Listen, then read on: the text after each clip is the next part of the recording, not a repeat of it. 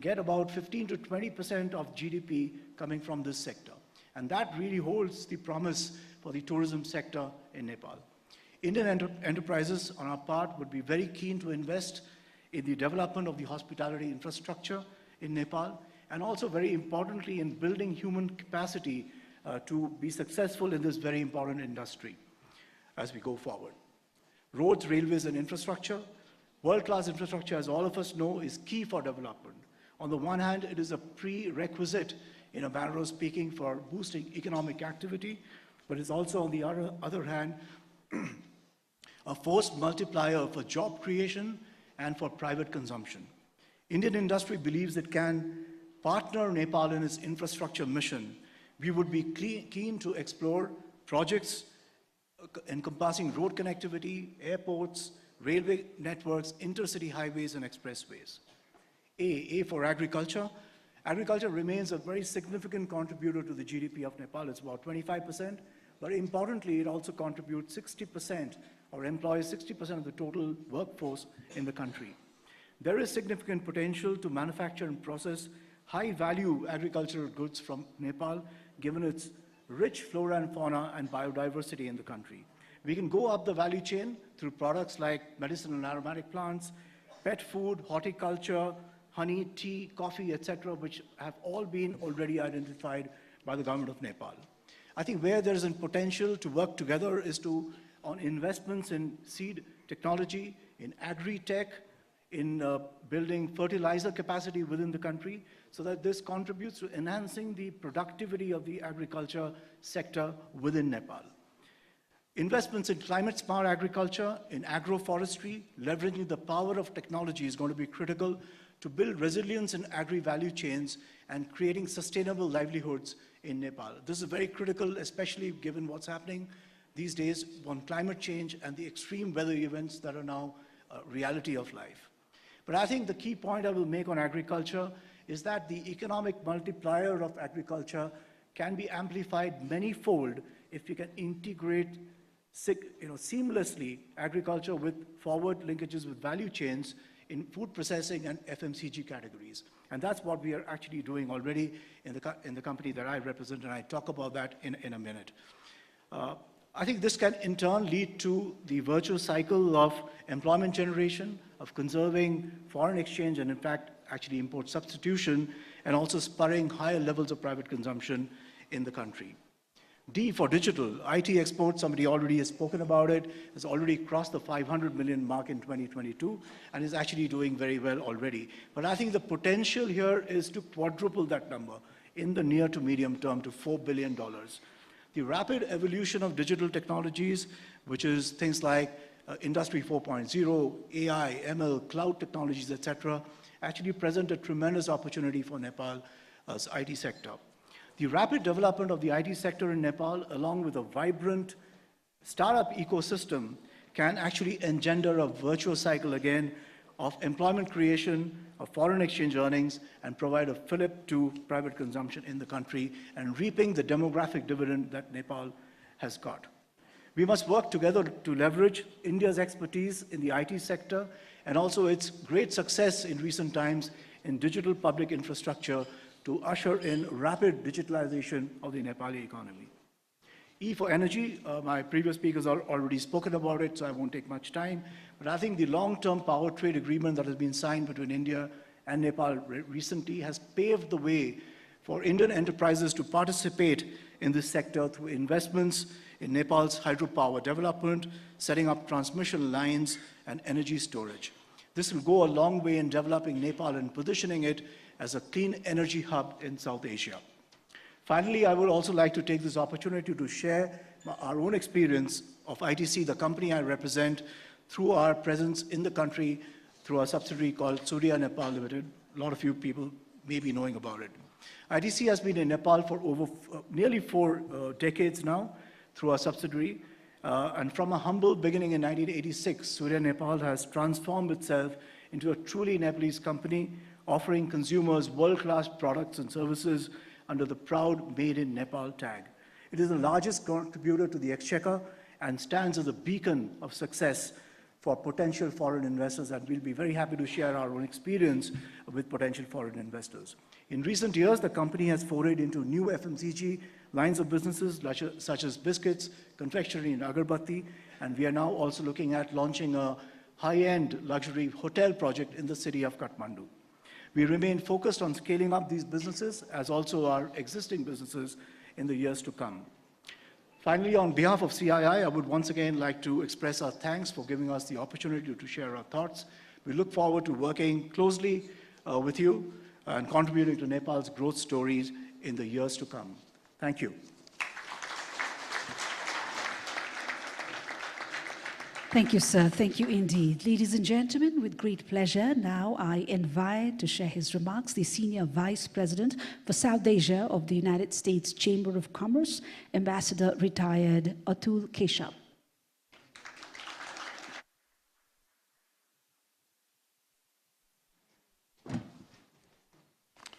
Namaste and good morning, ladies and gentlemen. It's a delight to be here. Honorable Prime Minister, Minister Poon, members of the government, distinguished delegates, what a delight to be in Kathmandu.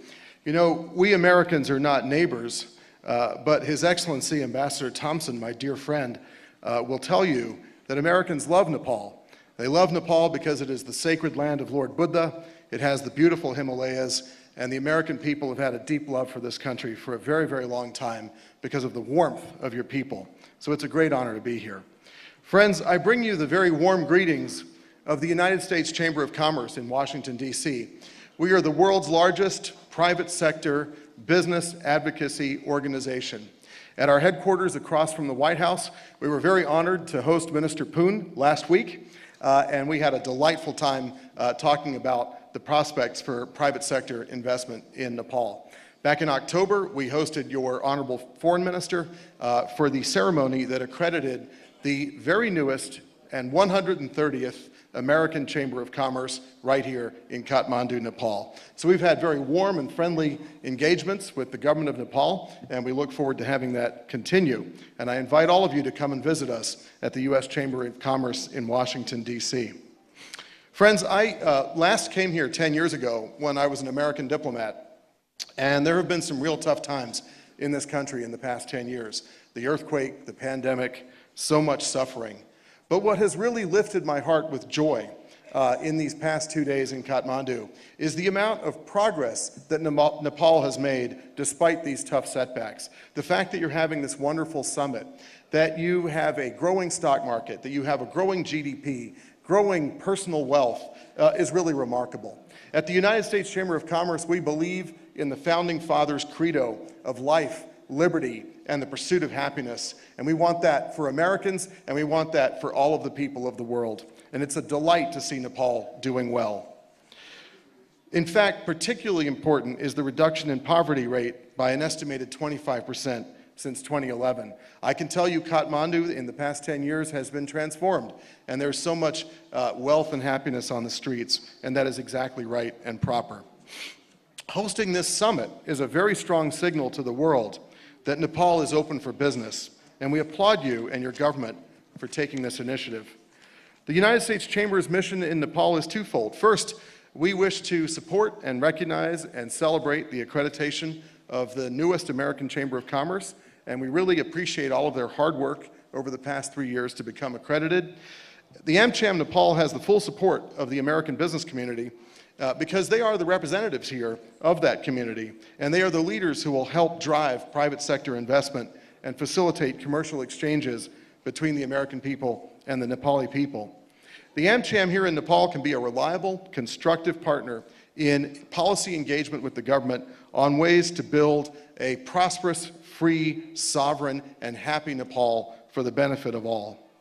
Second, we want to understand the current business environment and the investment landscape in Nepal, and understand the government's reform and liberalization agenda and its priorities. And in this regard, I want to say that I had a wonderful meeting with the Honorable Prime Minister and with the Honorable Finance Minister, and we heard very clearly the message of the government of Nepal about streamlining regulation, about ease of doing business, about speed of doing business, and about transforming Nepal through private sector investment. I also would say that we are taking this information back to the United States, so that we can talk to our many thousands of member companies about the prospects in Nepal. Your presentation that we saw earlier was very compelling about the comparative advantages in Nepal, and I think that kind of messaging to the world is extremely important, so I'm very glad to be here. I would also want to thank our senior executives who traveled in with me, who came in from New Delhi. We have a lot of senior American executives in the region who make investment decisions. They're in Delhi, they're in Gurgaon, they're in Mumbai, of course, and in Bengaluru, and they're so close by. And these are people who are senior in American companies. They are empowered to make investment decisions. It is clear that Nepal has amazing opportunity in ICT, energy, tourism, agriculture, infrastructure, and financial services. These are areas of great interest for American companies. ICT particularly, I feel, can be a game changer. American digital economy companies are the leaders in the world, and they are interested in what's happening in Nepal. You have a wonderful demographic dividend. You have a fantastically talented and increasingly skilled populace, and this could be a real hotspot for American digital economy companies. In a way, Nepal can take full advantage of this by ensuring that the regulations that govern the digital economy are as competitive as possible. Because these companies, being digital, can hire wherever the best policy opportunities are. And if the policy and regulatory framework in Nepal is good, they will come. Friends, the development and unlocking of Nepal's rich hydropower resources through effective regulations and policies can also position the country as an energy hub and an exporter to the wider region, which will fuel considerable growth in this region and in Nepal, and of course generate tremendous amounts of revenue and prosperity for the Nepalese people.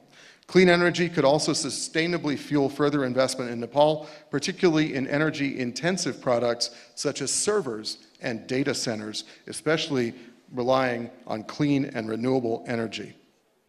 Friends, while there's a lot that's been accomplished, and I really appreciate the rhetoric and the clear policy signals of the government of Nepal, I think that there's always more to do, and this is where American companies play a role.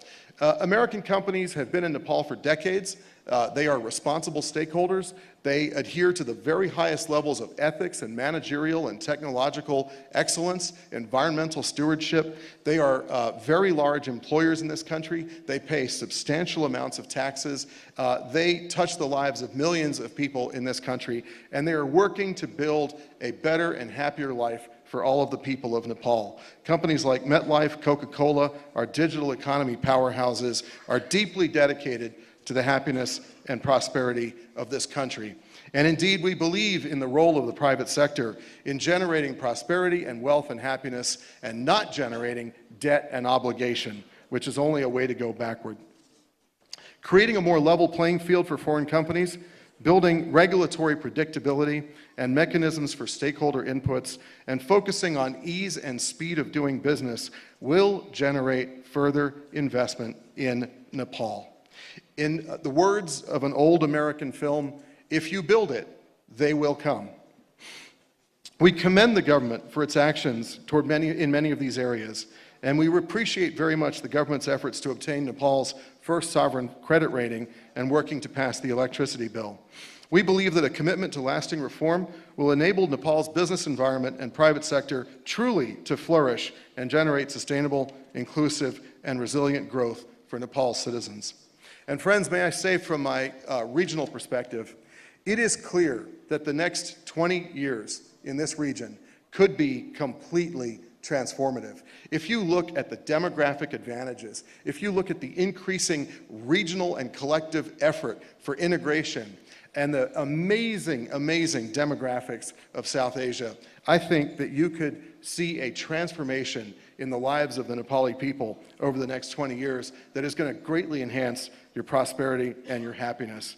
But friends, effective and coherent government policy will be essential, and it will catalyze Nepal's efforts to graduate from least developed country status very soon and enter middle income. Friends, the United States Chamber of Commerce stands with you. We look forward to hearing good news from Nepal. We'll take the good news we've heard today back to Washington. We invite you all to continue the engagement. Thank you all very much for the opportunity to speak to you. Thank you. Good day. Thank you, sir. Thank you indeed. Ladies and gentlemen, please join me now in inviting to the podium President of the SAARC Chamber of Commerce and Industries, Muhammad Jassim Uddin.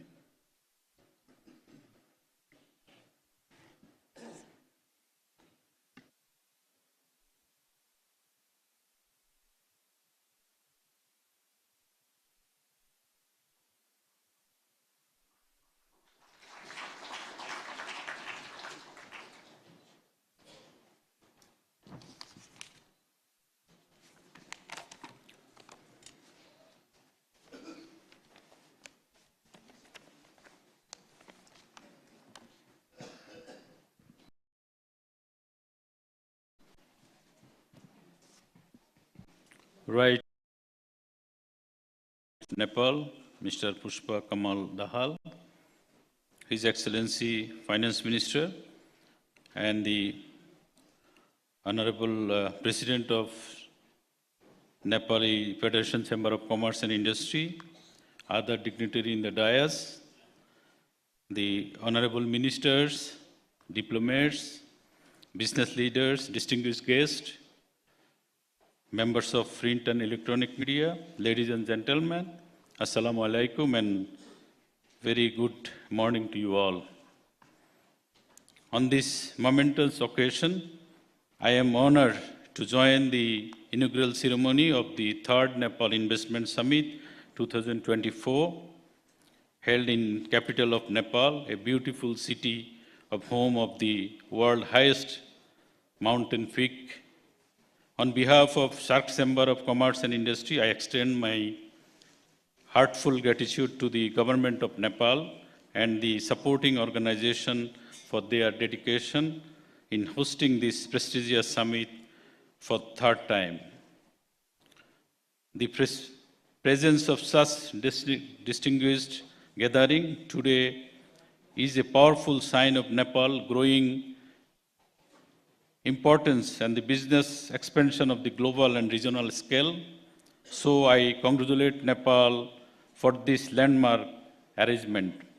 Distinguished guests, today's investment summit serves as a springboard for the further networking and the continuing potential investors, developers, national and global business leaders, policymakers, and other key stakeholders. This vital exchange will showcase Nepal's opportunities as a top investment destination. The SAARC region boasts immense potential, the vast market, a young and dynamic and the diverse resource. As a president of SAARC Chamber of Commerce and Industry, I am particularly excited about the future prospect and trade and investment between Nepal and the SAARC countries. However, we must also acknowledge the first challenge invitees like South Asian Free Trade Agreement, the SAFTA and the SAFAs have yet to reach the South Asian their desired potential. Inter-regional SAARC trade remains below 7%. The NAFTA, this figure is over 40%. The 56% in EU countries and 22% is ASEAN countries, and the 5.36% is the commons. Excellencies, it is highly relevant to triple this year the many of the fresh starters, the regional trade and the activity, the Ankara, the Akaura and Agartala rail link between India and Bangladesh was integrated recently. Similarly, India-Sri Lanka ferry service has resumed after 40 years, and the Bhutan-Bangladesh have entered into an agreement enabling the Bhutan use Bangladesh railways, airways, seaport, waterways, and the road transit.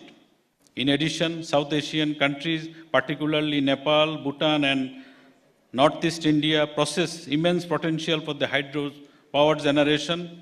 The first ever regional energy market has been functional with the participation of India, Nepal, Bangladesh. This traditional activity highlights the hydropower and the central theme of the unlocking border benefits between Nepal and Bangladesh. We are looking forward the regional electricity market with the increase the energy, synergy of the clean energy resources and the tapping immense hydropower potential in Nepal and Bhutan for low-cost energy crisis across the SAARC. The region also largely untapped the strategic manufacturing and trade hub that can be revitalized through investment, energy, agriculture, infrastructure, green business, logistics, and the connectivity, pharmaceutical, FMCG, healthcare, and startups with the innovation and drive-in sector add regional respect. To move forward, it is essential for the government to reason for creating business-friendly parallel policies, reducing trade and transport costs, and the transit the time along the regional corridors. The natural beauty of the rich cultural heritage South Asia, including both Nepal, Bangladesh, make them popular tourist destination. By joining forces, joint initiatives, we can create win-win situation for all the involved. Collaboration can extend both beyond energy, e-commerce, educational exchange programs, secondary, tertiary, and the technical levels. This foster skill as well develop the workforce across the region. In this era of fourth industrial revolution, digitalization has been opened new avenues for the innovation, efficiency, and the inclusion, bringing new facilities and the individuals, organizations, and nations. Significant advanced digital technologies have driven dynamic changes for the way we communicate the access of information to how we conduct the business. Following these changes, new drivers and the considerations are also emerging, especially for cooperation in skill development, harmonize the regulatory framework, and the cybersecurity measures in essential. So, despite the challenge, I am confident that we can build a more vibrant future for regional trade. Cooperation during COVID-19 pandemic, notably vaccine access, financial support, and the food supply, and the example of the new dimension of our regional ties. Let us leverage this summit as a platform for address the first shortcomings by streamlining the regulations, fostering across-border collaboration, and the investing in the infrastructure. We can unlock the true potential of SAARC. In conclusion, I would like to stress the importance of the South Asian regional cooperation. In the new context, I hope we can work together to identify new opportunities, foster innovation, define our approach to lead the global trade. Let us harness the potential of Nepal to build a brighter, more prosperous future for South Asia. Thank you for your attention, and I look forward the valuable discussion, insights that will enhance of the investment summit. Thank you. Together, we can create a more prosperous and the interconnected South Asia. I wish a great success of the third Nepal Investment Summit 2024. Thank you all. Thank you. Thank you so much, Mr. Mohammad Jasimuddin, the President, SAARC Chamber of Commerce and Industries, and to all the esteemed speakers who have represented their voices at this forum. Thank you for the essence of solidarity and optimism that you bring along, and special thanks for your valuable remarks and the love, affection, and cordiality you usher into this forum. So that, ladies and gentlemen, we will now be hearing from our steadfast and long-standing allies who have contributed contributed immensely in shaping Nepal's economic landscape. First and foremost, it's my pleasure to invite to share his remarks the Acting Vice President of the Asian Infrastructure Investment Bank, AIIB, Mr. Rajat Mishra.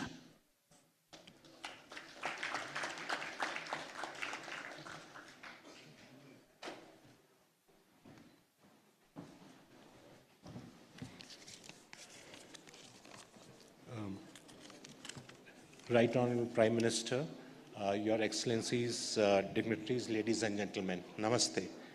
It's an honor to represent AIB and speak at this important event.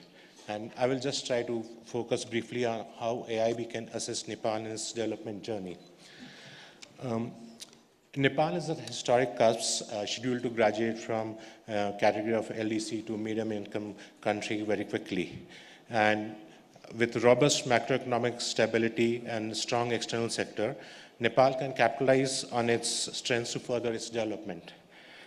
Firstly, Nepal possesses a very strong democratic dividend with a young population. Secondly, Nepal is blessed with abundant natural resources, including hydropower, which has already been touched by a lot of speakers. Third, Nepal has a fertile land and rich biodiversity, which can support the growth of agro-industries. And last but not least, Nepal's breathtaking landscapes, rich cultural heritage, and the majestic Himalayas make it a prime tourist destination. However, to fully harness these potentials, infrastructure development and connectivity is crucial, and which is where AIB can play a significant role. As the newest multilateral development institution with a focus on infrastructure, including social infrastructure, AIB has both sovereign and non-sovereign financing windows. We have, just to give a brief background, we have 4 thematic priorities, including green infrastructure, connectivity and regional cooperation, technology-enabled infrastructure, and private capital mobilization. And all of them resonate with Nepal's development needs. On the green infrastructure, for example, we see significant potential in export of hydropower to countries like Bangladesh and India, which have significant energy needs and rely on fossil fuels currently. So it'll help significantly in greening of the energy sector in the region. We can help in development of renewable projects, hydro projects, transmission lines, cross-border connectivity, and so on, and where private sector participation is also very critical. Connectivity is another priority for AIB, and we have set ourselves a target of cross-border connectivity to represent 25 to 30% of all financing approvals by 2030. Nepal's landlocked and mountainous regions, it raises the cost of production and trade, but AIB can help in development of roads, power transmission, airports, water infrastructure, and digital infrastructure to help transform Nepal to a land-linked country. Finally, Nepal has the potential to become important base for agro-industries, as the previous speaker from ITC also pointed out, producing high-value items such as tea. AIB has experience in financing connectivity to tea gardens through a rural road connectivity program in India, and we understand the importance of skilled manpower and connectivity of such industries. And we recognize the importance of investing in Nepal's demographic dividend. To ensure that the youth stay in country and contribute to its development, investment in education and health is essential. AIB can invest in social infrastructure, including both public and private education and healthcare facilities. In conclusion, AIB stands ready to support Nepal in its development journey.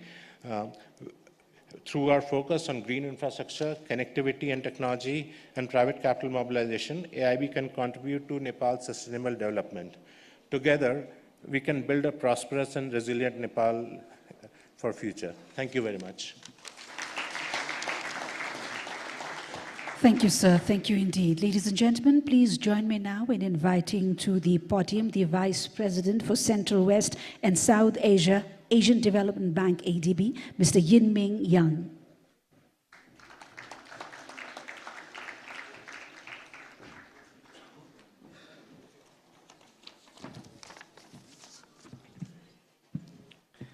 Honorables, Excellencies, ladies and gentlemen.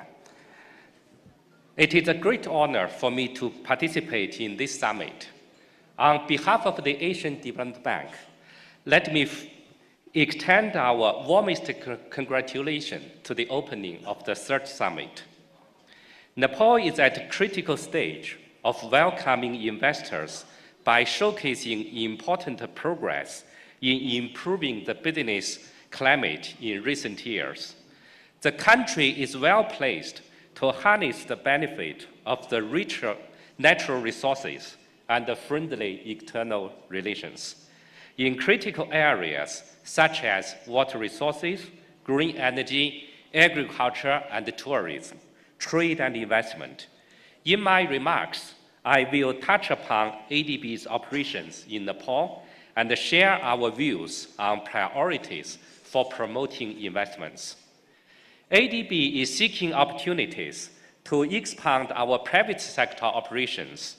Our investments include a hydropower project, lending to SMEs, including women-led business, partnership on trade finance with financial institutions, and the support through venture capital. ADB and the World Bank Group are currently preparing a joint approach for our forthcoming country strategies. The joint approach allows closely aligning all our operations during the period 2025 to 2029, including in private sector development. Coming to my views on how to promote investments, especially from the private sector, I would like to share a three-stream approach, namely upper, middle, and downstream support. On upstream support, ADB's sovereign and non-sovereign operations will collaborate under one ADB approach to introduce reforms to strengthen the enabling environment for the private sector development. Through a mix of our instruments, mainly policy programs, investment projects, and technical assistance, ADB works with a wide range of stakeholders to help pinpoint critical reforms and integrate them into our operations. Some key areas for strengthening the enabling environment for private sector include simplified permits and approval process in the areas of business registration, land permits, environment and social safeguard standards, investment repatriation, flexibility in hiring, and transparent and fair tax administration. Furthermore, ADB is developing a PPP roadmap for Nepal and will support priorities identified in the roadmap. ADB, in collaboration with International Finance Corporation, is also working with the government to obtain approval for ADB to issue offshore local currency bonds in the near term in order to enrich the tools for supporting a strong private sector development. Coming to mainstream support, ADB offers support for PPPs in the form of transaction advisory services at every stage of the project cycle. ADB deploys significant resources to support upstream and midstream activities for PPPs. ADB envisages some midstream opportunities for private sector support to be embedded in its sovereign operations, and will therefore screen each project at early design stage to identify such possibilities. For example, in the PPP roadmap for Nepal, our initial assessment shows the potential for PPPs in solid waste management, smart metering, solar parks, options and maintenance of roads and tunnels, consistent with ongoing federal reforms. Turning to downstream support, including climate finance, at Asia and the Pacific's Climate Bank, ADB aims to mobilize $100 billion in climate finance by 2030, and to increase support to climate change mitigation and adaptation to 75% of our overall commitment operations in terms of a project number. ADB supports the financing needs of our developing member countries, including the private sector, especially in meeting their climate goals and the net zero target. In Nepal, ADB expects mobilizing a combination of concessional resources and technical assistance to the private sector for large-scale climate initiatives. ADB will consider support for MSMEs, including women entrepreneurs, in niche product value chains, such as horticulture, medical and aromatic plants, and non-timber forest products. ADB will also explore opportunities for mobilizing long-term private financing for infrastructure development, such as electricity generation from hydropower and other renewable sources. We will also explore ways to scale up business models and technology solutions to increase their impacts, focusing on digitalization, gender equality, inclusive finance, and climate adaptation, in line with the government priorities.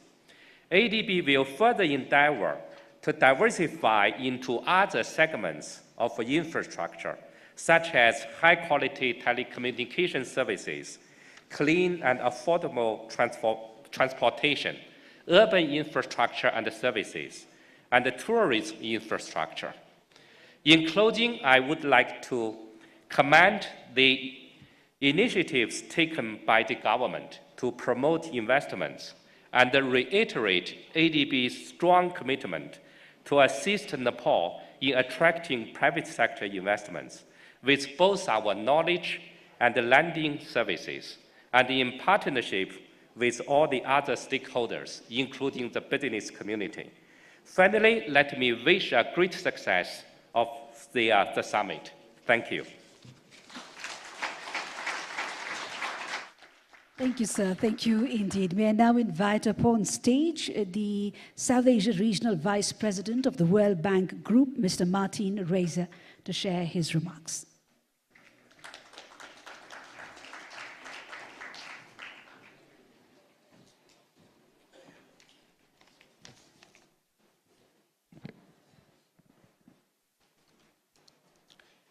Right Honourable Prime Minister, Honourable Finance Minister, respected former Prime Minister, Excellencies, heads of delegations, ladies and gentlemen, partners and friends. Namaste and a good morning, or by now almost good afternoon to all of you. It's a great pleasure to be back here in Nepal and very exciting to participate in this third Nepal Investment Summit. I'm here with a delegation of colleagues from the World Bank, from the IFC, and from MIGA. We, as the World Bank Group, are here to support Nepal's commitment to transform the country into an emerging destination for global investment. There are many things for Nepal to be optimistic about, and a lot of them have already been mentioned. Nepal's economic model has delivered growth and reduced poverty with an average rate of 4.3% in the last decade, elevating the country to lower middle-income status in July 2020. Nepal offers many opportunities for greener, more resilient and inclusive development. Lucrative growth drivers include the hydropower, tourism, agribusiness and IT sectors, which offer comparative advantages and export potential and can spur job creation. The government has taken many proactive steps to facilitate both domestic and foreign investment across sectors. The World Bank Group also acknowledges the recent government decision to amend 9 laws through an ordinance. At the same time, Nepal needs higher levels of resources and investment to achieve its development goals, much more than what the public sector alone can provide. According to Nepal's National Planning Commission, Nepal will need to mobilize $2.75 billion per year in private investment if it is to achieve the Sustainable Development Goals by 2030. To improve the climate to attract these investments and crowd in private sector, both domestic and international, several priorities stand out. First, Nepal will need to continue to improve the legal and regulatory environment. My friend Yang Yingming has outlined a number of areas in this regard, so let me not dwell on this. Second, we recommend the development of a national investment policy that translates broader FDI and domestic investment targets into specific strategies across sectors. One of the previous speakers mentioned the long-standing dialogue we've had, for example, on the development of the electricity bill. This is an example of the kind of sector-specific legislation based on continuous dialogue that Nepal needs to embrace. Nepal should also strengthen the institutional capacity at the federal and subnational levels to implement credible PPP projects and improve service delivery. So many of the previous speakers have mentioned opportunities in this regard, particularly in the infrastructure sector. And perhaps more fundamentally, Nepal needs to be ready to embrace greater competition and level the playing field for new investors to come in. The World Bank Group has been a credible and steadfast partner in helping Nepal improve its investment climate. Recently, we supported 2 critical policy reforms to facilitate greater foreign direct investment into the country, including the reduction in the minimum FDI threshold to 20 million rupees and the setting up of the automatic approval route to allow FDI of up to 500 million rupees. We also work closely with Nepal Rashtra Bank to strengthen its anti-money laundering legislation. Recent data suggests a positive uptick in FDI inflows, indeed an 80% increase in the first 4 months of this year, in the first 7 months of FY24 compared to the same period in FY23. We are helping Nepal conduct investment assessments into the investment climate, including through the World Bank's flagship Be Ready report, which will be released in September this year and will assess the overall investment climate. We're also carrying out similar assessments at the provincial level to help identify opportunities and constraints at the subnational level. The World Bank Group is here as investors. IDA, IFC, and MEGA offer financing models that can catalyze private investment and offer national and international stakeholders an unrivaled opportunity to strengthen development impact. We have invested, we're ready to invest, and we're ready to do more. Indeed, jointly with our partners in the Asian Development Bank, we have recently signed an MOU to expand investments in Nepal's hydropower potential, including the flagship Upper Arun and Dutkoshi projects, with major expected benefits not just for Nepal's economy, but for Nepal's neighbors in South Asia. We are here as development partners to continue supporting the government's reform agenda, which is critical to unleash private sector potential. Again, my predecessor already mentioned that we are working on a joint partnership framework with the ADB and the World Bank Group to guide this legal, regulatory, and institutional support. In closing, let me repeat that we stand committed to continue supporting Nepal in its vision of creating an investment-friendly environment. With this, let me wish the 3rd Nepal Investment Summit the best of success. Thank you very much. Thank you, sir. Thank you, sir. Thank you indeed. Thank you so much for your very insightful and valuable inputs. Ladies and gentlemen, as we look forward towards upscaling our already existing and strong ties with our development partners, we cannot help not extend a note of gratitude to them for their very strong support and for their camaraderie, as well as the cordiality they have extended to Nepal over the many decades that we've worked together. So that, ladies and gentlemen, we also cannot help share how overwhelmed we are to have received best wishes and greetings from all our friends, partners, collaborators, who not.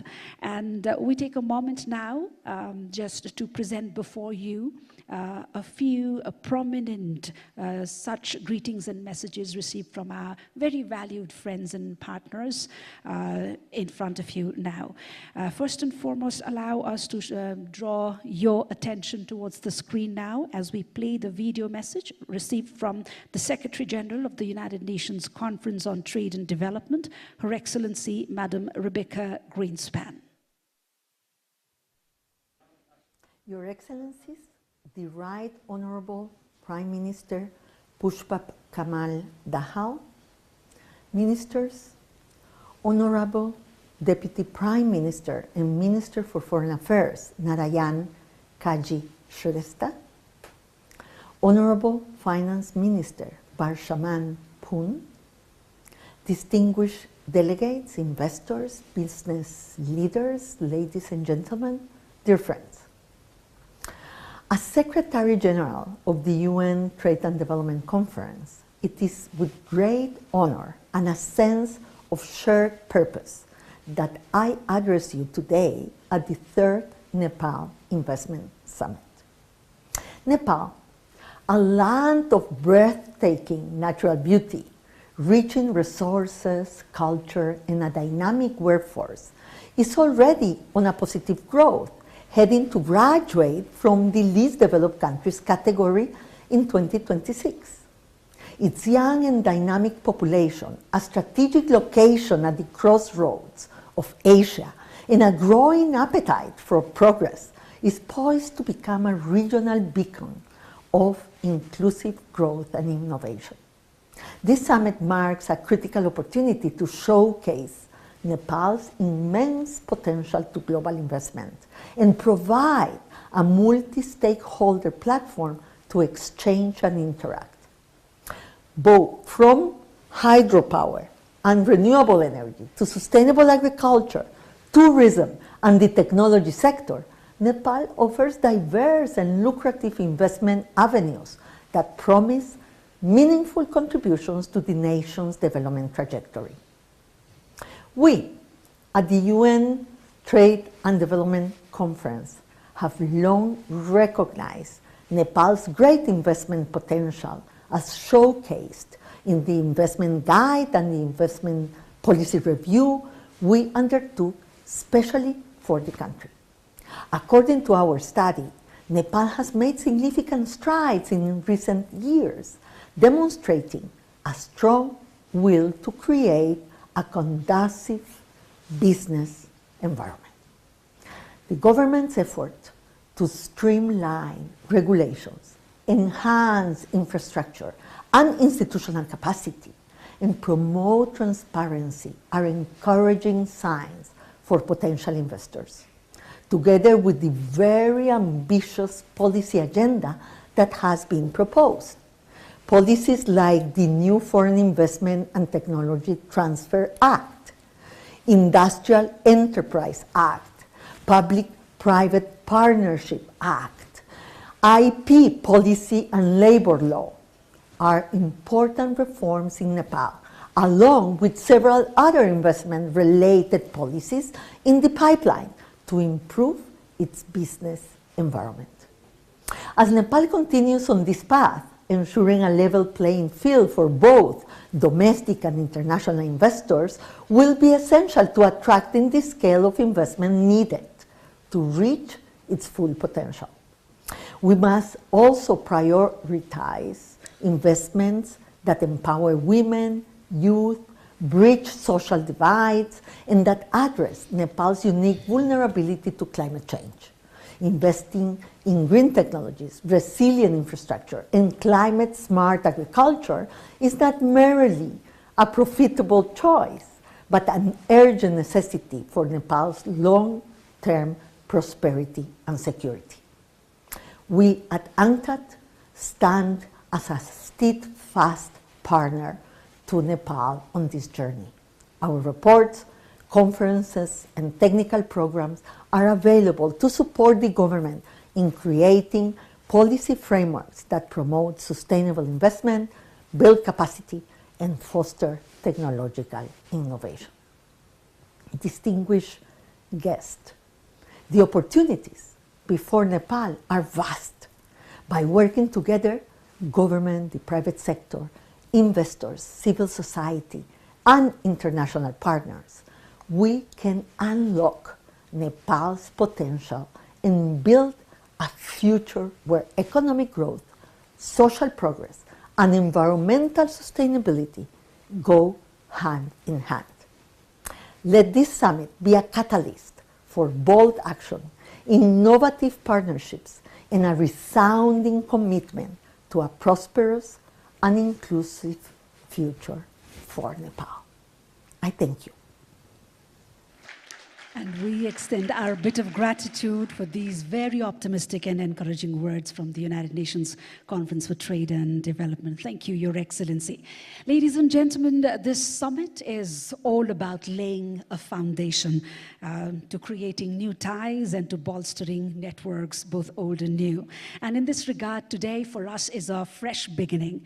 And this say finds its relevance in the newer and the changing world realities and the context as well.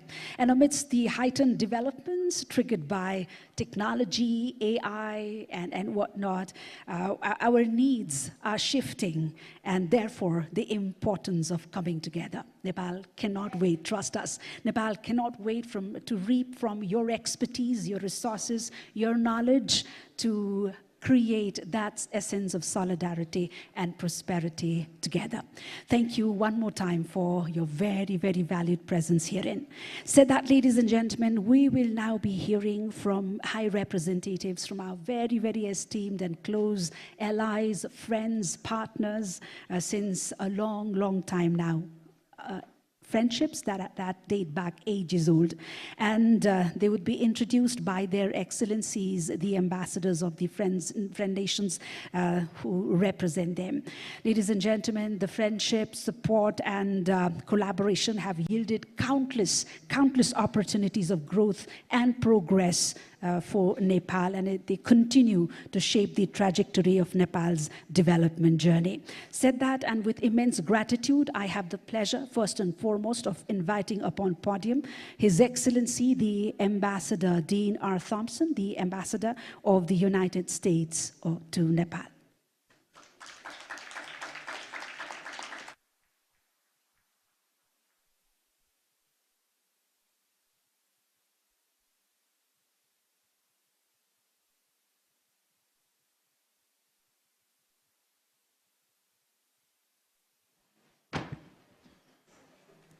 Honorable Prime Minister, distinguished members of the Cabinet, esteemed guests and participants, it's really a pleasure to be here to have an opportunity to introduce some friends of Nepal in our video. But quickly, I just want to say, for 77 years, the United States has been a steadfast partner working closely with Nepal on its development journey, and we're so proud that as we look forward for the next 77 years, we're poised to invest billions of grant-based assistance in developing infrastructure, transportation sectors, health sectors, and many, many other areas of Nepal. And working together, we want to strengthen the business climate and make Nepal indeed a fine destination for investment. Congratulations on this summit, and I would turn people's attention to the video screens to see some friends of Nepal from Washington with their greetings. The United States is deeply committed to Nepal's economic future. For over 7 decades, the United States has worked with the Nepali people, its government, and the vibrant private sector to attract investment, to strengthen the business climate, and to make sure this economic growth benefits people at all levels of Nepali society. I had the unforgettable experience of visiting Nepal last year, and I saw firsthand the deep cultural heritage, the incredible natural beauty, and of course the inspiring people that make Nepal unique. From tourism to clean energy, agribusiness to IT, Nepal provides a significant emerging opportunity for investment. As Nepal graduates from least developed country status in 2026, this summit is of paramount importance, as are the government of Nepal's continued steps to adopt pro-growth reforms and further build on its impressive democratic progress. USAID is looking forward to continued partnership with the government and with the private sector to generate additional growth and opportunity for the people of Nepal. The United States is committed to supporting Nepal's economic growth. DFC has committed more than $270 million in projects across Nepal to support Nepal's vital economic sectors, including technology, agriculture, and energy. We have focused on improving access to capital for small and medium enterprises across Nepal, particularly strengthening women's economic empowerment. And we know that there is much more that we can do together. Together, we can invest in Nepal's infrastructure and help support economic growth across the country. And we at DFC are ready to do our part. Nepal and the United States have a long history of bilateral ties based on our shared principles and values. I saw the importance of this common foundation when I visited Nepal last year and witnessed firsthand the immense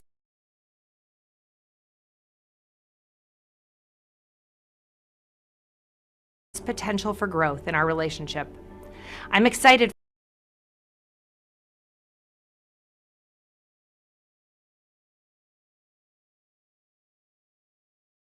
seeing how both Nepal and the United States find ways to make Nepal's business climate welcoming to U.S. investment, and how we can continue working together to develop our relationship. The $500 million Nepali-led MCC Compact supports clean and reliable energy and safer roads, and aims to create tens of thousands of new jobs for Nepalis and facilitate robust cross-border trade in clean energy. By helping Nepal achieve these national priorities, businesses will be encouraged and enabled to sustain and grow their investments. Through these partnerships, the United States also supports the government of Nepal on policy reforms to attract even more business interests, making it easy for local businesses to grow and helping the government deliver on its promise of an inclusive and prosperous democracy for all Nepalis. The U.S. government is looking forward to supporting Nepal as it realizes its incredible potential as a global destination for business.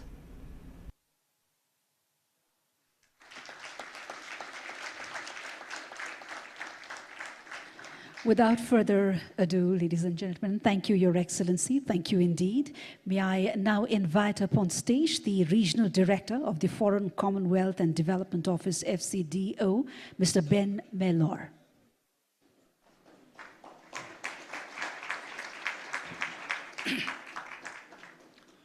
Right Honourable Prime Minister, distinguished guests, namaste.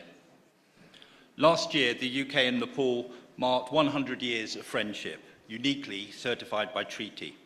Our sights are now firmly fixed on the next 100 years, which can and must be an investment-driven epoch for our old friend.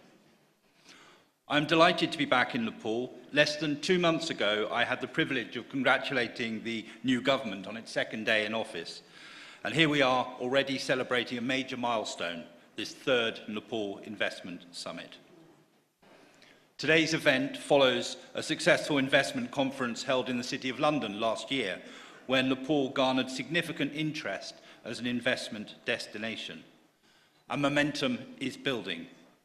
Over recent weeks, the Nepal government has enacted by legislation or by ordinance important economic reforms, which we've heard about this morning, which will make it easier for many gathered here to invest in Nepal. I commend these efforts and encourage rapid implementation to ensure Nepal secures the investment it needs. As the UK Minister for Development underlined during his own recent visit, the private sector is the engine of development, Only the private sector can drive development and create jobs at the rate necessary to keep the kids in the country and consolidate Nepal's graduation from LDC status. This summit sets us on that path, mobilising domestic and foreign direct investment to upgrade infrastructure, harness hydro, expand big business, and build a market in which SMEs, the engine of employment, can flourish.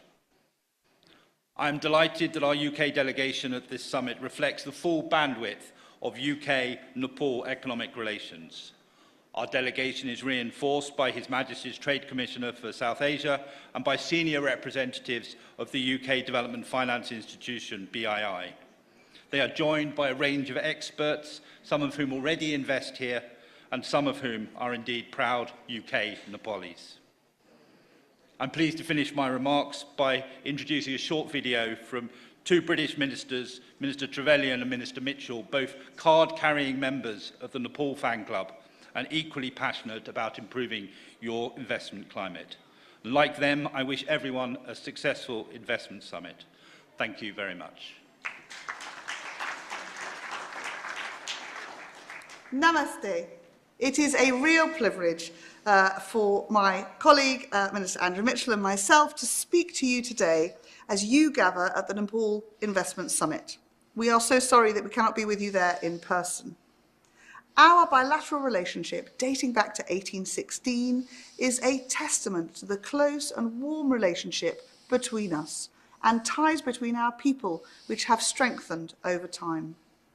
I cherish the very warm welcome that I received in Nepal last year during the celebrations of 100 years since the signing of the Treaty of Friendship between our two countries.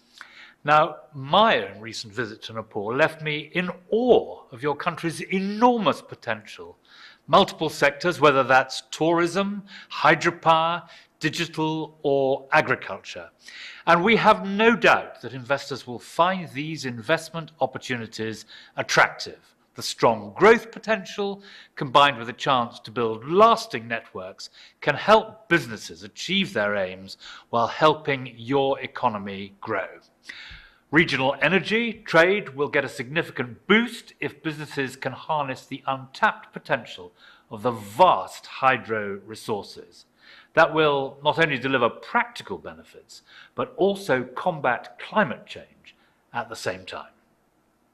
Since 2012, we have supported Investment Board Nepal, which has mobilised over £1 billion in investments, including for the Arun 3 hydropower project. Our development finance institution, British International Investment, has committed £125 million in Nepal and is actively scoping new investment opportunities. And during my recent visit, I launched the UK's new development portfolio. Between now and 2030, we will provide £400 million to attract more than £1 billion in investment. We support your determination to create a conducive environment for investors and stand ready to work together on the necessary reforms for making Nepal an attractive destination for foreign capital. We hope that this summit will be a great success, and we look forward to working closely with you to further strengthen our partnership.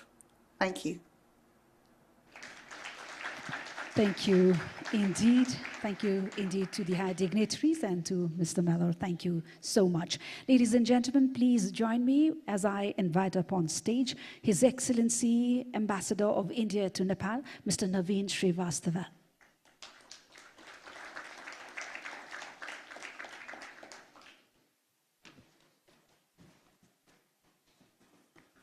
Right Honorable Prime Minister of Nepal, Pushpakamal Dahal Prachandaji, Honorable former Prime Minister of Nepal, Sher Bahadur Debaji, Honorable Finance Minister, Varsman Punji, other ministers of the Government of Nepal, distinguished guests, ladies and gentlemen. Thank you for giving me this opportunity to participate in the third Nepal Investment Summit and also to introduce the speech by our Commerce and Industry Minister, Mr. Piyush Goyal, who unfortunately cannot join us physically today because of the ongoing elections in India. Before the speech, let me share a few thoughts about India-Nepal relationship and economic relationship in particular, and what both our governments have done in the last few years to strengthen it further. As is well known and have been spoken by earlier speakers, India and Nepal share civilizational ties, cultural, traditional links, since times immemorial form a unique bedrock as we develop our multifaceted relationship in the modern times. Under the leadership of Prime Minister Modi and our neighborhood first policy, it has been our endeavor to work with the government of Nepal to create an enabling environment for benefit of both peoples.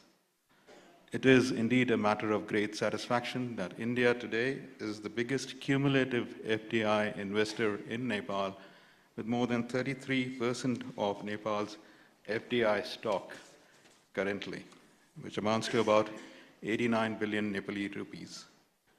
This investment trend continues its positive trajectory, and in recent times we've seen new investments coming in sectors such as construction, automobiles, or FMCG. This is apart from the huge investment that India and Indian companies are making in the hydropower sector. As we look to the future, the Government of India will continue to encourage Indian industry to invest further in Nepal. The large presence of the Indian delegation today is a reflection of that commitment. We would also be launching a new investment guide for investment by Indian companies in Nepal in collaboration with the Nepal-India Chambers of Commerce and Industry. As governments, it has been our endeavor to not only encourage and facilitate business investments, but also to create infrastructure facilities and ease regulations which will organically foster greater economic linkages. Towards this end, the Government of India is working towards several initiatives by providing grants for building integrated checkposts, 3 of which have been made functional, 2 more are being built. We've launched cross-border digital payments to facilitate an ever greater number of Indian tourists coming to Nepal. Indian tourists already constitute the largest number of foreign visitors to Nepal. And as speakers earlier said, in the last few years, hydropower exports from Nepal to India have added a new dimension to our ties. Last year alone, Nepal exported about 650 megawatts of power to India, earning a considerable revenue, which constituted about 10% of Nepal's total export to India, or 7% of Nepal's global exports. To further foster this, our 2 governments have also concluded a long-term agreement on power trade, which was finalized during Right Honorable Prime Minister's visit to India last year. At present, we are also discussing a trilateral power trade between India, Nepal, and Bangladesh. The vast demand for clean energy in South Asia, with a combined population of close to 2 billion people, provides an opportunity for Nepal to further boost its hydropower potential, and in the process to ensure economic development. In this regard, the choices that we make now can be the vehicle to convert the vision of Nepal to become, to foster inclusive economic growth. And I'm glad that the long-term power agreement was taken at the initiative of Right Honorable Prime Minister Pushpakamal Dahal Prachandaji and Prime Minister Modi. Today, post-COVID-19, there is also a focus on building trusted and resilient supply chains. In this context, the regional economic integration in South Asia through such supply chains can form a new avenue of growth between India, Nepal, and the rest of the South Asia. I hope today's this investment summit would provide an opportunity to discuss and other aspects for how to further boost regional economic integration in South Asia. Before I conclude and invite you to hear our Minister for Commerce and Industry, Mr. Piyush Goyal, let me also thank both IBN and the Government of Nepal as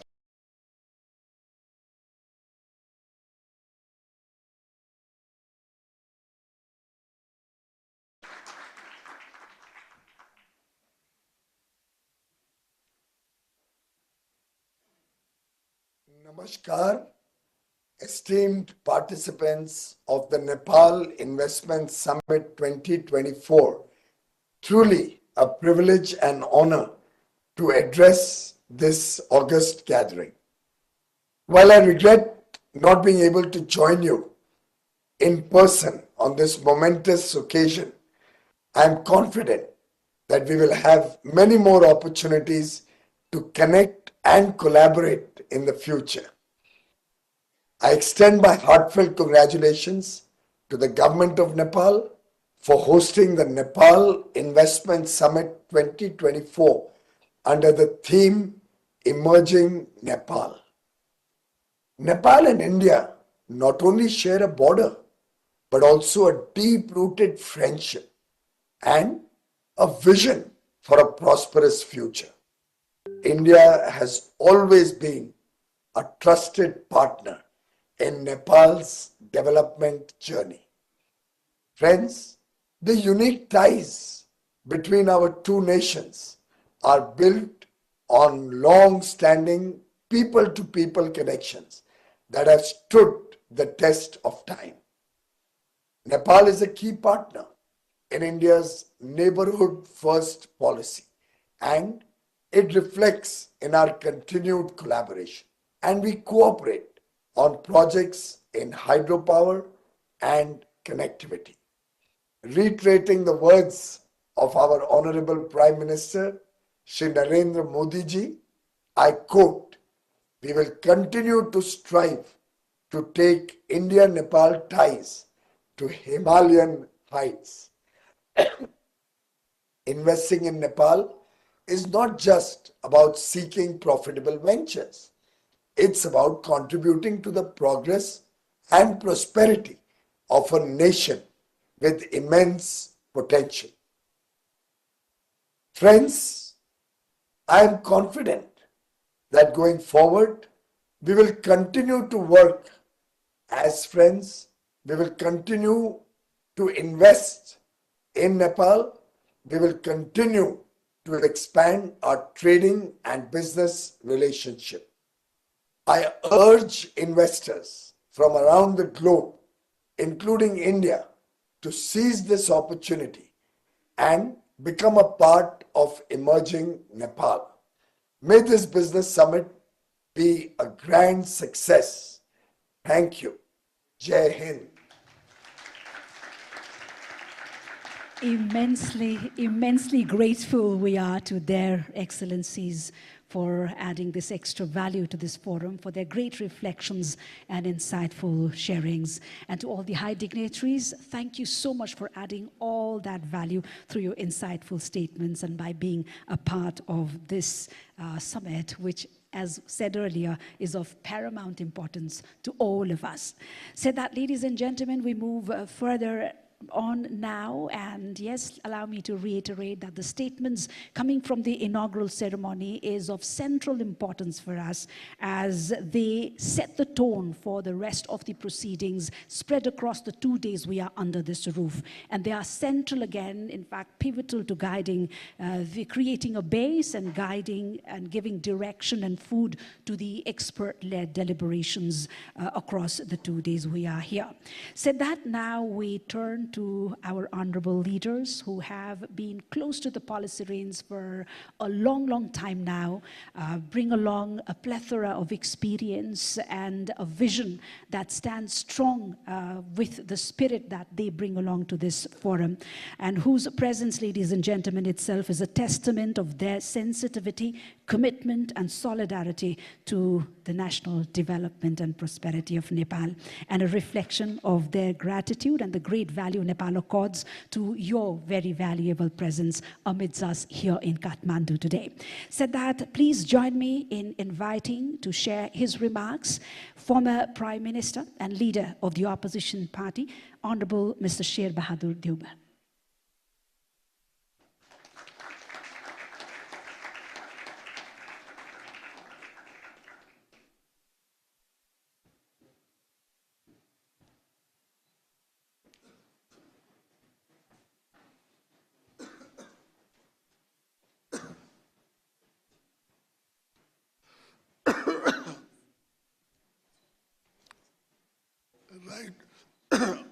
Honorable Prime Minister, Mr. Pushpakamal Dahal Prachandaji, Honorable Ministers, Excellencies, leaders from the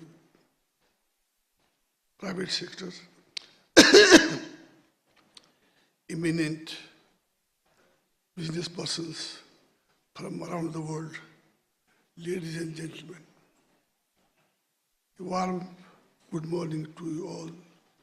Thank you, Prime Minister, for hosting this important summit and inviting me to speak a few words of this inaugural session this morning.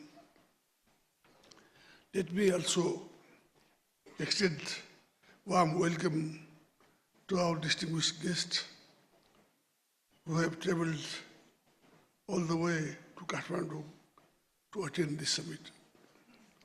I am confident that the deliberations in the summit and the various instruments of cooperation and partnership that will be exchanged during the summit will pave the way to greater flow of investment in Nepal.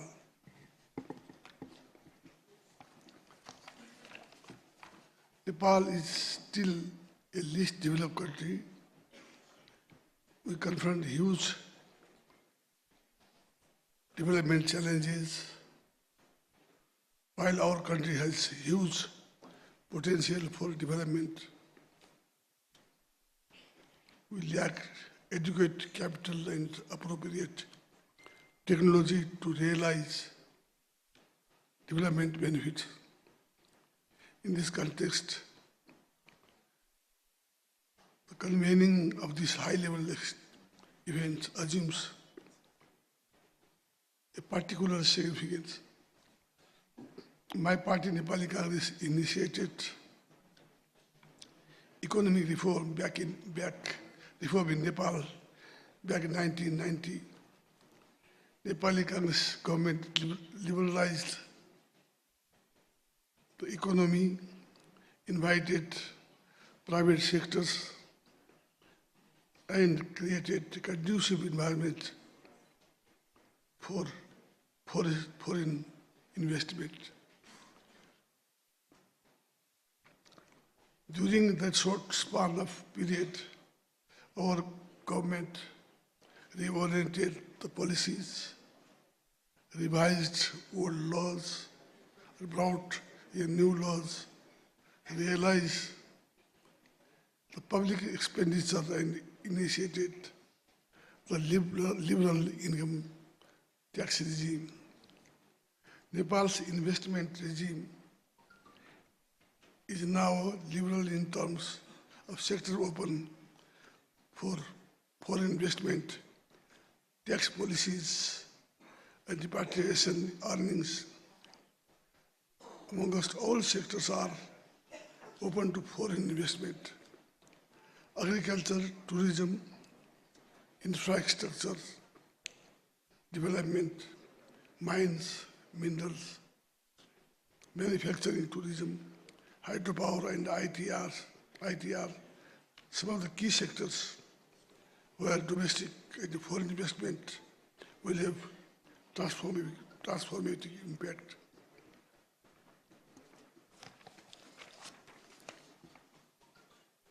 Foreign investment is protected by domestic law and various international instruments to which our country is party. I have come to know that the government has expressed its willingness to conclude bilateral investment protection agreement with various countries to promote Nepal as an attractive destination for investment.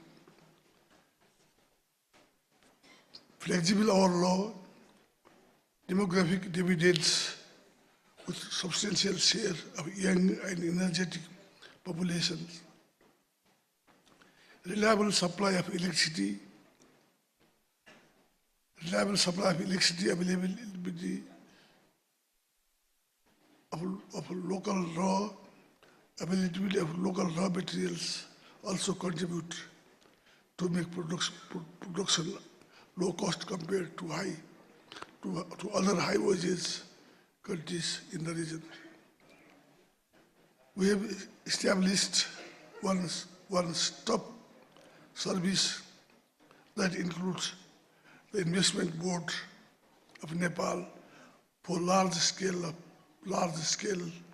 project under the public-private partnership and Department of Industries for other small and medium-sized investment projects. We have streamlined process to save time and energy for registration of companies and putting them into operation relatively within a short period of time. Less bureaucracy means faster decision making and quicker approval of proposals. Moreover, all major political parties remain committed to promote foreign investment in Nepal and come together to foster consensus on key investment-related issues. During my tenure as the Prime Minister, we implemented crucial reform. We aimed at the promoting foreign investment, boosting tourism, harnessing the potential of hydropower,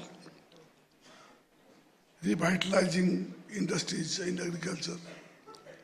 As the reform was not completed, I believe that the present government will continue the reform initiatives and create more conducive environment for the private sectors. Internal market is expanding with the increase in income. The peoples of external market is accessible due to geographical proximity and concessional trading facilities that we receive from our neighbors and other countries, other partners. Our two neighbors, India and China, offer huge market opportunity for Nepal. We also have supportive trading relationship with USA and EU. As former Prime Minister and the President of the largest and oldest Democratic Party, Nepal Congress, I would like to convey the following message. We pursue liberal economic policies where market and the private sectors have an important role to play in advancing economic development under a democratic framework. The government plays a facilitating role and creates an environment that is conducive for the investment and business without losing its responsibility to ensure social justice and inclusive representation of all segments of Nepalese society.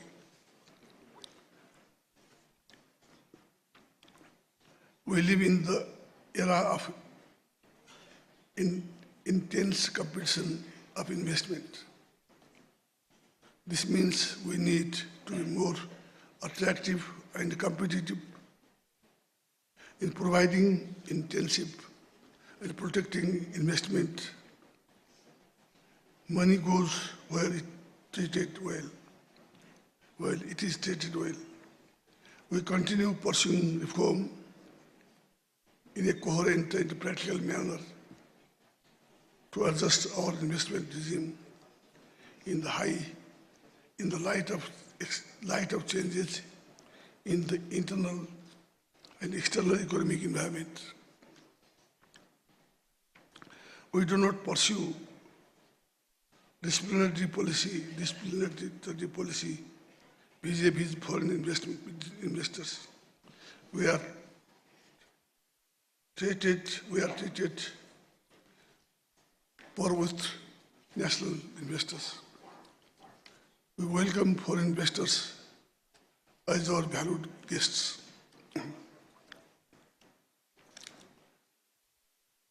There are convincing examples we provide that foreign investment in Nepal is profitable. Some of the multinationals working in Nepal have been able to repatriate a good amount of dividend over the years. Please come to Nepal and invest in our economy. That will be beneficial to you and our people. We will provide you a full protection, assure that our sustained cooperation from start to finish. We will cherish our partnership for development and prosperity. Your contribution in supporting Nepal in its endeavors to infrastructure, in its endeavors to transform economic landscape will be highly valued. The time is of essence. Nepal has huge untapped potentials. I believe that with our common efforts, we can make a difference. I wish our international guests a pleasant stay in Nepal and a productive deliberations. I also wish to thank all the success to the summit. Thank you very much. Jai Nepal. Thank you, sir. Thank you indeed for your great reflections of solidarity and commitment, and of course for the acknowledgements. It's been a sheer beauty of this forum, ladies and gentlemen, since the very beginning, of our leaders standing strong together when it comes to issues of national prosperity and welfare. Thank you one more time to Honorable Sher Bahadur Deuba. Said that, ladies and gentlemen, it is my pleasure to draw your attention now to a significant moment of collaboration and commitment. And trust me, this is just the beginning. And today, in the gracious presence of the Right Honorable Prime Minister, Mr. Pushpakamal Dahal Prachanda, and reflecting the spirit of partnership and progress, we shall witness the signing of a few MOUs. The stage has been set for it, and again, I reiterate, this is just the beginning with a very eventful summit that will be being held here at the Solti Hotel with so many events, B2Bs and other special events lined up. We are looking forward to many, many more.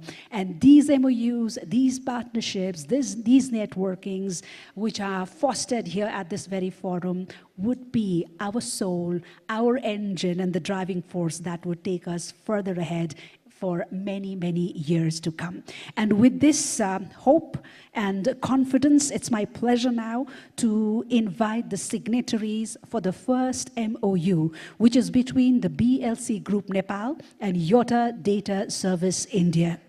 And this is for the establishment of world-class data center, cloud services, and artificial intelligence platform services in Nepal. May I invite the signatories, namely from Yota, the CEO himself, Mr. Sunil Gupta, and representing Nepal, Director of BLC, Ms. Megha Chaudhary.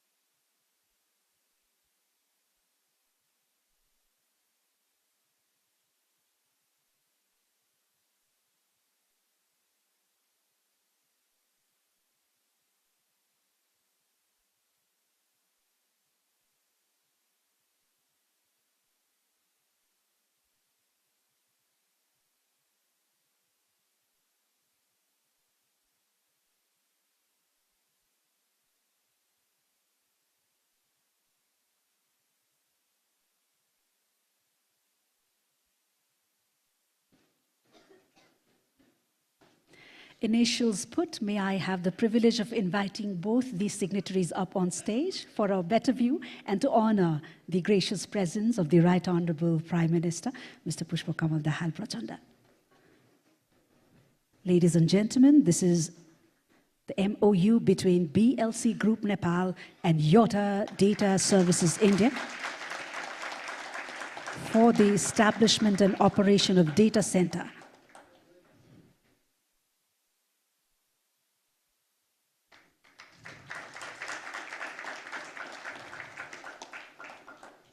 Thank you so much. The next MOU, ladies and gentlemen, is between the Federation of Nepali Chamber of Commerce and Industries and the National Chamber of Commerce and Industry of Malaysia for trade and investment promotion. May I have the pleasure of inviting the signatories from Malaysia Chamber of Commerce, the President himself, Tan Sri Dato So Tian Lai, and from FNCCI, President Mr. Chandra Prasad Dhakal.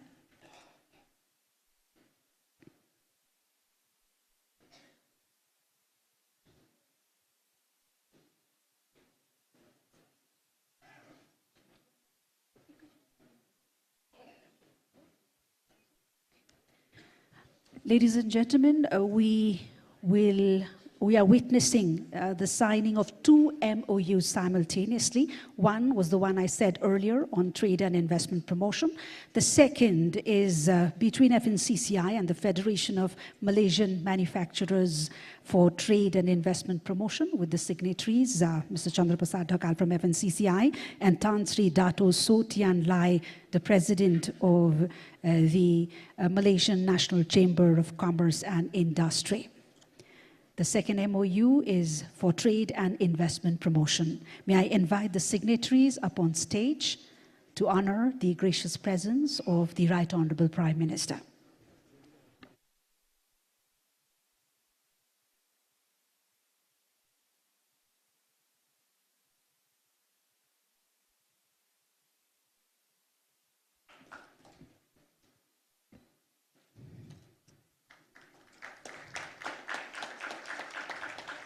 Many, many congratulations to the entities finding this collaboration as we look forward to many, many more to come in the 2 days we are here and then the days we get that network done. So that, ladies and gentlemen, these documents, as I said, symbolize our collective commitments to fostering economic growth, innovation, and sustainable development goals.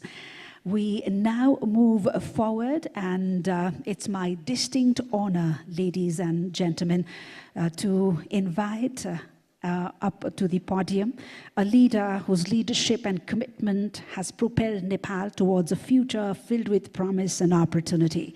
Please join me in welcoming our chief guest, the Right Honorable Prime Minister, who's also the chairman of the Investment Board of Nepal, to make his special address to this forum.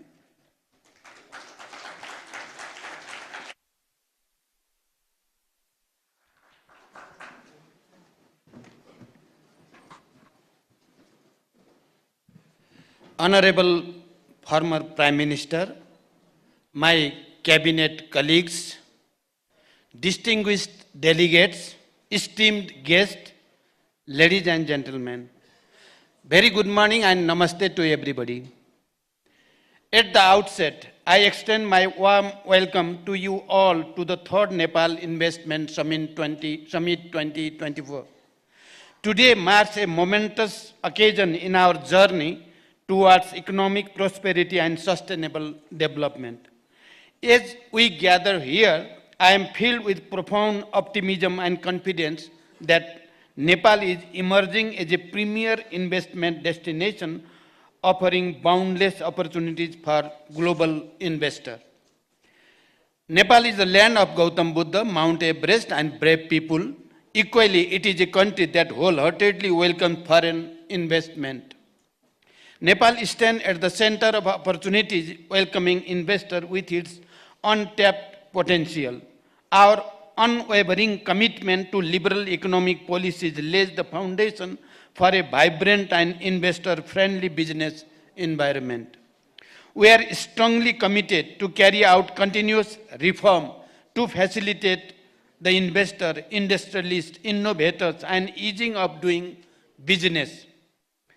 In this context, the government of Nepal has recently amended 8 different laws governing business and investment regime. I believe this boosts the investor confidence to invest in Nepal. Distinguished guests, as a nation of peace and stability, we have created a conducive environment for economic growth and prosperity. The federal system of governance ensures a balanced development approach, fostering social and economic transformation across the nation. Nepal provides a number of incentives to foreign investors, including a robust regulatory framework, provision for the avoidance of double taxation, protection of intellectual property rights, competitive corporate taxation, among others. Government of Nepal has recently approved the framework of Bilateral Investment Agreement, BIA, which aims to protect and promote bilateral investment. I encourage all of our friendly nations to consider signing the BIA at the earliest. Our liberalized policy encourages foreign investment in prioritized sector. Our skilled workforce and low labor cost present an attractive proposition for international investors. Provision of national and non-discriminatory treatment to all FDIs and guaranteed the repatriation in foreign currency further enhance the attractiveness of the investing in Nepal. Distinguished guests, with over 60% of Nepal's population falling within the working age group and a rapidly expanding middle class population, shows the immense potential for consumer-driven growth. Furthermore, our skilled labor force, comprising a significant number of foreign language-speaking youths, helps the international investor to find favorite local workforce in Nepal. Nepal provides a number of investment opportunities across diverse sectors, including tourism, agriculture, manufacturing, ICT, garments, high-value crops, manufacturing, including agro-processing and infrastructure, to mention a few. Our hydropower potential holds the promise of abundant renewable and clean energy supply, while the tourism sector beacons with its rich cultural heritage and natural beauty.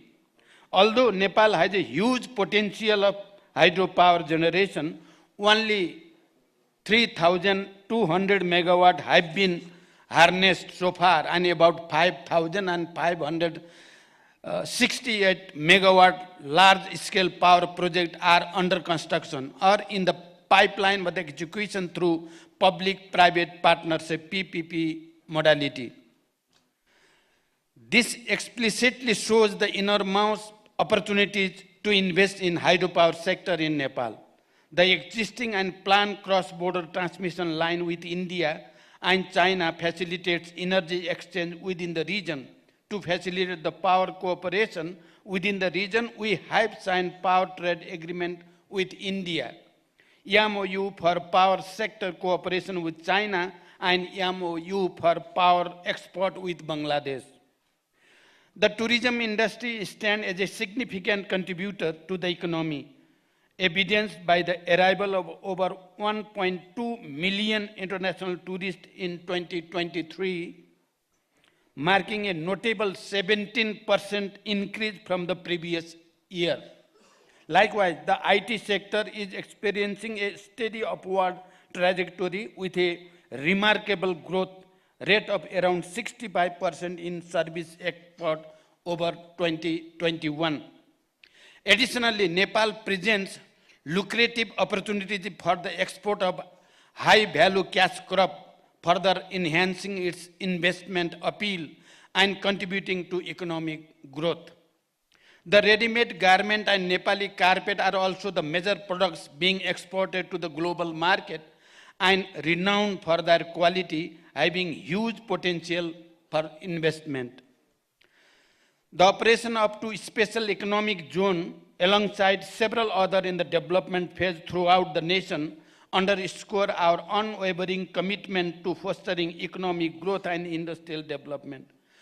Currently, Nepal has 10 operational industrial districts with plans to develop 6 more, which ensure low initial investment and access to essential infrastructure and support service. Nepal's strategic location, situated between emerging markets, India and China, signifies it as an ideal investment destination. Duty-free access to this market, facilitated by regional agreement SAFTA and BIMSTEC as well as free trade arrangement, ensure the bilateral and regional markets. To facilitate the smooth inflow of international private investment, the Department of Industry serves as the approving agency for investment less than 6 billion rupees, while the Investment Board Nepal handles investment exceeding 6 billion rupees or energy project with over 200 megawatts. Both government agencies are committed to provide eased and facilitated one-stop service within stipulated time frame to both domestic and international investors. Investment in Nepal is profitable, as witnessed in the case of various companies operating in Nepal with significant foreign investment. The share of repatriation of dividend of these companies remains impressive, which demonstrates the profitable investment environment in Nepal. Distinguished guests, the agreement and exchange of Memorandum of Understanding MOU witnessed just a moment ago symbolizes the beginning of a new era of collaboration and partnership. I believe this will have a result in the very near future. I also believe that during this important today's event, some declaration will be made at different level, government to government, government to business and business to business, and government, business and government, and this will project Nepal as a global investment destination. The multitude of projects to be showcased at this summit herald the vast opportunities of investment in Nepal, with the promise of tangible outcomes benefiting both our nation and potential investor. As we embark on this collective journey, I am confident that Nepal's immediate goal of achieving sustainable and high economic growth in the coming decade is well within the reach through the partnership with private sector, both domestic and foreign. With the collaboration and support of all, I am optimistic that we will harness Nepal's economic potential and chart a course toward economic transformation and prosperity. I believe that the presence of government and the leader of the opposition and the collective commitment for the environment clearly proves that Nepal is one in this mission. At the end, I express my warmest wish to all the delegates for a fruitful and productive summit. We would be reaching to you to materializing the outcomes of this summit. May your time in Nepal be filled with inspiration, collaboration, and opportunity. Together, let us pave the way for a brighter future. Wishing you a pleasant stay in Nepal. Thank you. Thank you for your attention.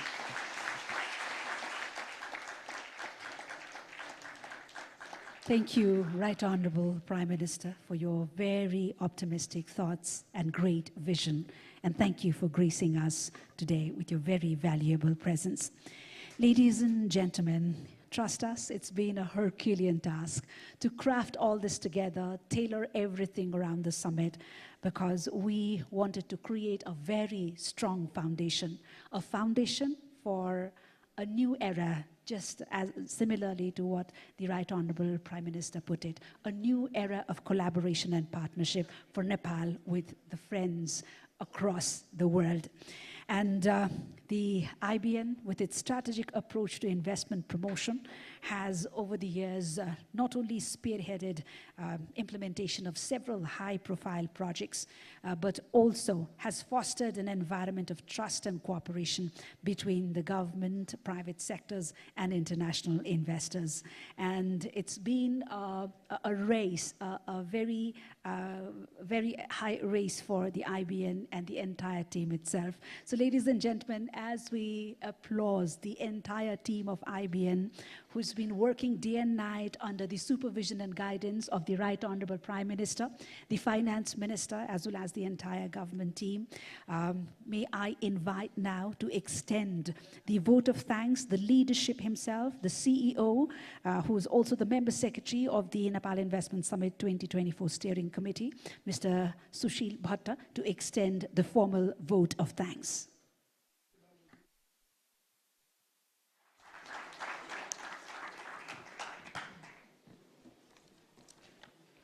Right Honorable Prime Minister and Chairperson of IBN, Honorable Deputy Prime Ministers, Honorable Finance Minister and Coordinator of NIS 2024, former Honorable Prime Minister, Chairman of SITCA, His Excellency Ambassadors, Regional Director, FCDO, Vice President from World Bank Group, ADB, and Acting BP from AIIB, President of SAARC Chamber of Commerce and Industries, Senior Vice President, US Chamber of Commerce, Lead of Delegations, CII, Presidents of FNCCI, CNI, and NCC, distinguished delegates, guests, ladies and gentlemen, and friends from media, very good afternoon.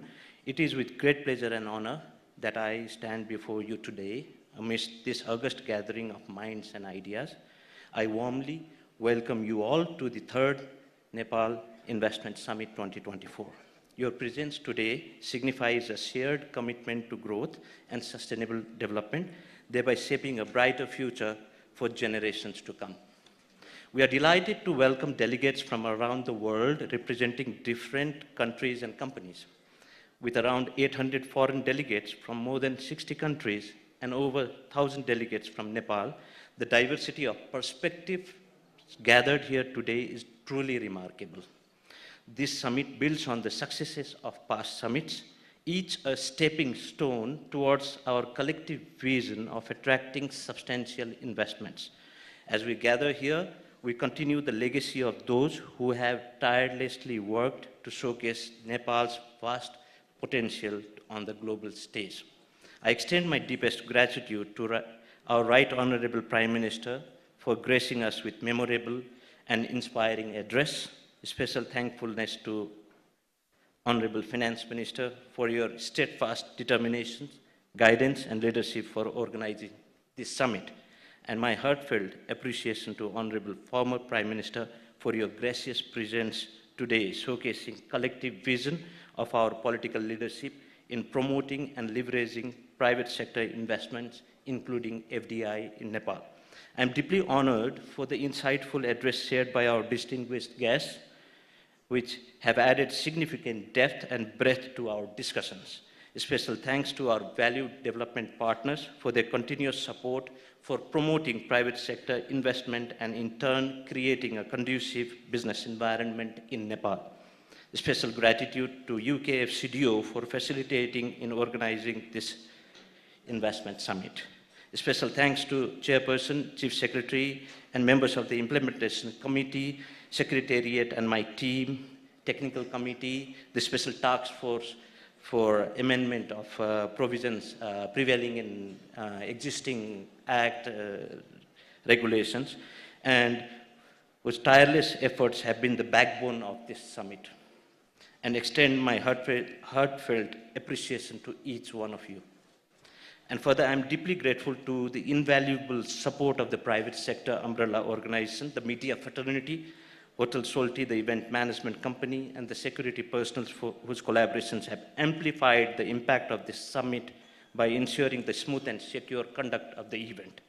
And moving towards the summit, The first day of the event will embark on our journey with two insightful plenary sessions, and today's first plenary session will delve into the diverse investment opportunities awaiting exploration within Nepal, while the second will spotlight inspiring success stories from investors who have found prosperity within our borders. Moving to the second day, we will witness a total of 12 sessions, which covers an array of sectors with prior focus on presenting Nepal's potential areas of investments, including green investment opportunities in Nepal. And further, the summit will culminate with a pivotal session on leveraging public-private partnership for infrastructure and services. Discussions from these sessions shall have good takeaways for mobilizing private investments in different potential sectors of Nepal, including leveraging the PPP investment to complement government's development effort.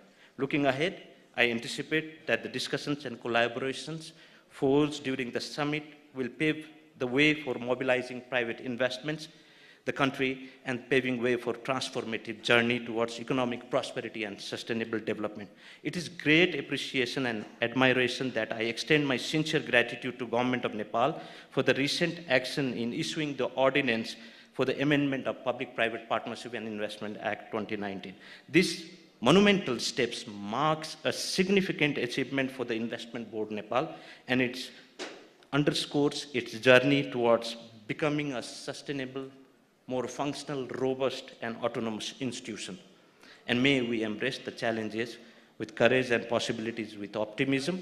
Together, let's forge a legacy that resonates far beyond these walls, a legacy of unity and progress through capitalization of boundless potentials. Wishing you all a very pleasant stay and productive time in the event. Thank you and namaste. Thank you, Mr. Bhatta. May I request you to stay back? To Mr. Bhatta, if I may request you to stay back on stage as I turn to the Honorable Finance Minister, who, in the capacity of the coordinator of the Nepal Investment Summit 2024 Steering Committee, may I humbly request you to make a presentation of a felicitation as a gesture of appreciation and honor to our chief guest, the Right Honorable Prime Minister, Mr. Pushpakamal Dahal Prachanda. And this is extending our heartfelt gratitude for all the supervision, the guidance, and the invaluable support that the Right Honorable Prime Minister has extended to us in every leg of drafting and executing this summit that brings us together. And may I now request our chief guest in the very concluding moments, the Right Honorable Prime Minister, Mr. Pushpakamal Dahal Prachanda, to extend felicitation to our distinguished speakers.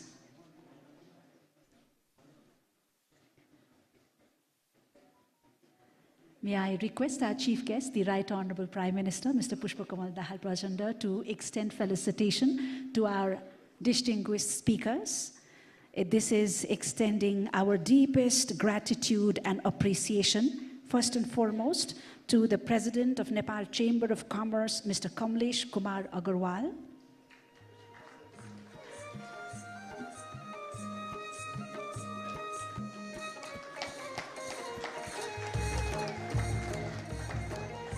President of Confederation of Nepalese Industries, Mr. Rajesh Kumar Agarwal.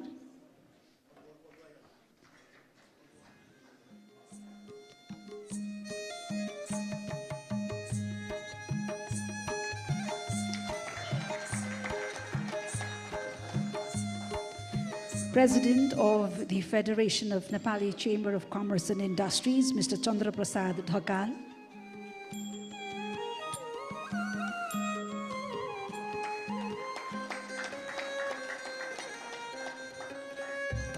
Ambassador Atul Keshav, Senior Vice President for South Asia of the U.S. Chamber of Commerce.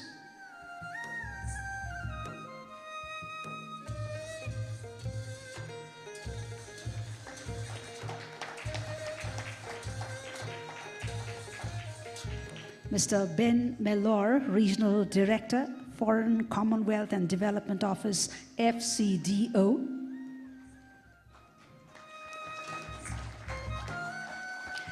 and to receive the appreciation on behalf of His Excellency Lord Howie, the Chairman of China International Development Cooperation Agency, may I invite the Deputy Chief of Mission of the Embassy of the People's Republic of China to Nepal.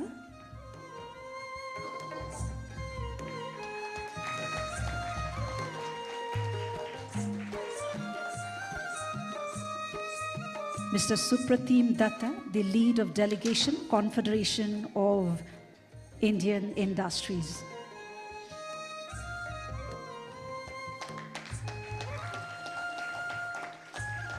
Mr. Rajat Mishra, Acting Vice President, Asian Infrastructure Investment Bank, AIIB.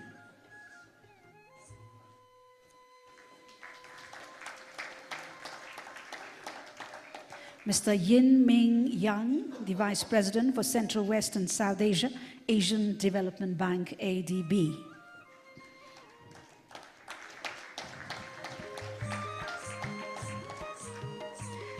Mr. Martin Reiser, South Asia Regional Vice President, the World Bank Group.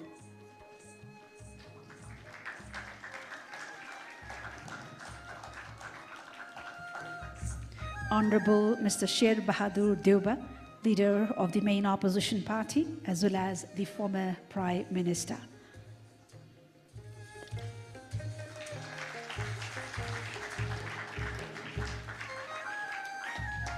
Mr. Sushil Sharma, Chairman and MD Designate, SJVN Limited.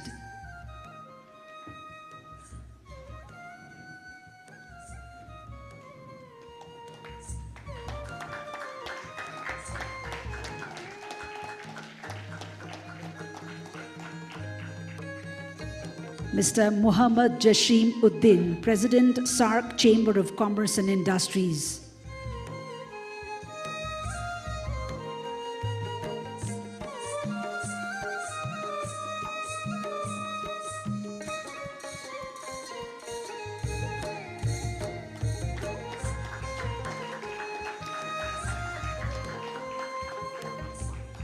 His Excellency Ambassador Dean R. Thompson, the Ambassador of the United States to Nepal.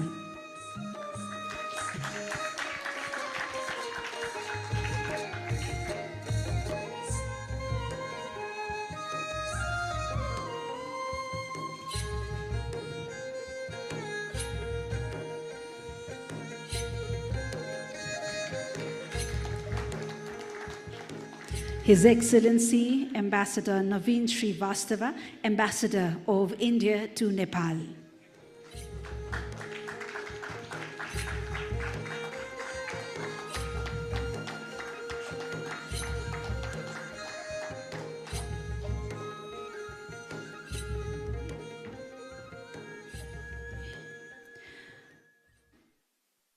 Thank you to all the high dignitaries. Thank you to the Right Honorable Prime Minister. Ladies and gentlemen, reaping from all the positivism, optimism, the optimistic thoughts and commitments from our high dignitaries, we carry forth a heightened spirit of collaboration.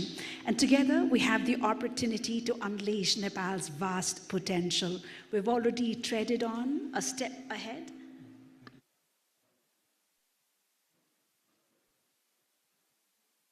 Thank you. Thank you to all our distinguished dignitaries, all in attendance. With these words of gratitude, we call the inaugural ceremony off. However, there is a small formality. If I may invite the Chief Secretary of the Government of Nepal, Dr. Baikuntha Aryal, and all the high dignitaries, our esteemed speakers, to join our dignitaries up on stage for a quick group photograph